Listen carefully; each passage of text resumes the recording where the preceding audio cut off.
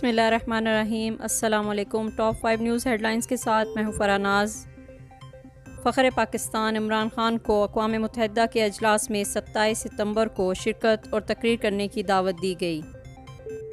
वज़ीर आज़म शहबाज शरीफ का ऐलान, 200 यूनिट से ज़्यादा बिजली इस्तेमाल करने वालों को भी बिजली के बिलों में रिलीफ मिलेगी। सितंबर के महीने में मज़ीद बारिशों से जनूबी पंजाब राजनपुर का इलाका एक माह में तीसरी बार डूब जाने का अमकान। सैलाब से मुतासरा इलाकों में खाने को रोटी नहीं, सर पर छत नहीं और अब तो इज्जतें भी महफूज नहीं। साहब मैं सब्जी लेने गई थी, मेरे को रक्शे वाला बोला था कि चल इधर राशन भी रहा मैं तुझे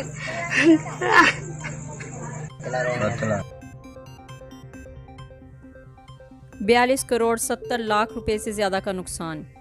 हादसे के एक माह बाद ही गिर जाने वाले शेरशाह पुल के जिम्मेदारान आज तक आज़ाद। टॉप 5 न्यूज़ हेडलाइंस जानने के लिए FNK न्यूज़ को सब्सक्राइब करें और बेल आइकन को ज़रूर प्रेस करें ताकि हर ताज़ा खबर आप तक जल्द अज जल्द पहुँच सके।